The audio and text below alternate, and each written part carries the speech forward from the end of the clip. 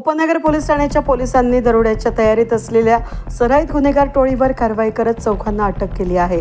या कारवाईमध्ये एक जण पिस्तुलातून सुटलेल्या गोळीने जखमी झाला असून पोलिसांनी दरोडेखोरांकडून पिस्तूल, दुचाकीसह 2 लाखांचा मुद्देमाल जप्त केला आहे। पोलीस आयुक्त संदीप कर्णिक, उपायुक्त मोनिका राऊत आणि सहाय्यक आयुक्त डॉक्टर सचिन बारी यांच्या मार्गदर्शनाखाली ही कारवाई करण्यात आली। मोनिका राऊत यांनी पत्रकार परिषदेत दिलेल्या माहितीनुसार 26 तारखेला रात्री आमचे टीव्हीचे कर्मचारी उपनगर पोलीस स्टेशनच्या हद्दीमध्ये पेट्रोलिंग करत असताना त्यांना गोपनीय बातमीदाराच्या मार्फत माहिती मिळाली की काही लोक ही काही संशयास्पद हालचाली या ठिकाणी करत त्यांचं अस्तित्व लपवून ठेवण्याच्या अनुषंगाने राहत आहेत। तर त्या परिसरामध्ये आम्ही या ठिकाणी हे सर्चिंग या ठिकाणी सुरू केलं। तर देवळाली गाव परिसरामध्ये जे कुस्त्यांचं मैदान आहे त्याच्या आजूबाजूच्या परिसरामध्ये काही लोक संशयास्पद या ठिकाणी दिसली। तर त्याच्याबदले 7 ते 8 लोक सदर वेळी त्या ठिकाणी होते। त्यामध्ये 3 ते 4 लोक हे रेकॉर्डवरची होती आणि बाकीचे काही अनोळखी इसम या ठिकाणी होते। तर सदर लोक कशासाठी आली होती, काय आली होती, त्यांना ताब्यात घेण्याच्या अनुषंगाने पोलिसांनी त्यांना विचारपूस करण्यासाठी या ठिकाणी सुरुवात केली असता त्यांनी त्या ठिकाणी पळ काढला। ज्या वेळेस त्यांना ताब्यात घेण्याच्या अनुषंगाने पोलीस प्रयत्न करत होते त्यावेळेस त्यांनी पळ काढला आणि इतर परिसरामध्ये ते नाहीसे झाले। तर नेमके कुठं पळाले, काय पळाले हे आम्ही या ठिकाणी माहिती घेत होतो। सदर भागामध्ये या ठिकाणी सर्चिंग आमचं सुरू झालं होतं। तेवढ्यात साठेनगर परिसरामध्ये एक फायरिंग झाल्याची माहिती आम्हाला या ठिकाणी मिळाली। सदर फायरिंग कुठं झालं होतं, काय झालं होतं याची माहिती घेतली असता बिटको हॉस्पिटलमध्ये फायरिंगमधला एक इसम या ठिकाणी आलेला आहे ह्याची माहिती आम्हाला मिळाली। आम्ही त्या भागामध्ये या ठिकाणी जाऊन त्या ची ओळख पटवली। तर तो आरोपी जो होता तो सार्थक आहिरे या ठिकाणी होता आणि त्याला त्याच्या पायामध्ये, उजव्या पायाच्या मांडीमध्ये त्याच्या हातून फायरिंग झाल्यामुळे या ठिकाणी जखम झाली होती।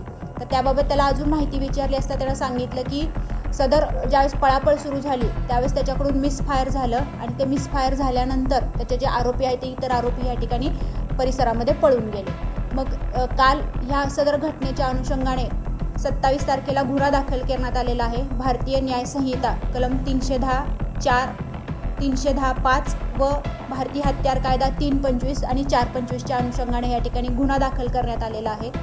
सध्या हा गुन्हा दाखल झाल्यानंतर याच्यातला सार्थक आहिरे याच्या माहितीनुसार आबा पवार, हार्दिक बेलदार, पवन घोलप, समीर सोनवणे ही लोक या ठिकाणी ताब्यात घेतलेली आहेत आणि इतर अजून 3 ते 4 आरोपींचा या ठिकाणी शोध सुरू आहे। हे सर्व रेकॉर्डवरचे आरोपी आहेत आणि गुन्हा करण्यासाठी कशासाठी आले होते, त्यांचा उद्देश नेमका काय होता याची माहिती आम्ही या ठिकाणी घेत आहोत। सदर आरोपींकडून मोठा गुन्हा या ठिकाणी घडला असता परंतु आमच्या डीबीच्या कर्मचाऱ्यांच्या सतर्कतेमुळे हा प्रयत्न या ठिकाणी त्यांचा फसलेला आहे। सदर कामगिरीमध्ये आमचे पोलीस हवालदार विनोद लखन, पोलीस शिपाई पंकज करपे, सौरभ लोंढे आणि संदेश राघवत यांनी उत्कृष्टरित्या काम केलेलं आहे। त्यांना बक्षिसासाठी आम्ही या ठिकाणी शिफारस करत आहोत। या दरोडेखोरांची वय साधारण 20 ते 25च्या दरम्यानच असून पोलीस निरीक्षक संजीव फुलपगारे, सहाय्यक निरीक्षक शांताराम महाजन, उपनिरीक्षक प्रभाकर सोनवणे, हवालदार विनोद लखन, इम्रान शेख, पंकज करपे, बरेलीकर, सूरज गवळी, संदेश रगतवान, जयंत शिंदे, गौरव गवळी, अनिल शिंदे, सुनील गायकवाड, सौरभ लोंढे, नाशिक रोड पोलीस ठाण्याचे सहाय्यक निरीक्षक सूर्यवंशी, नाना पानसरे, समाधान वाजे यांनी ही कामगिरी केली। त्यांना बक्षीस देण्याची शिफारस वरिष्ठांकडे केल्यानं उपायुक्त मोनिका राऊत यांनी सांगितलं। वेद न्यूजसाठी प्रतिनिधी अनिल गुंजाळ, नाशिक रोड।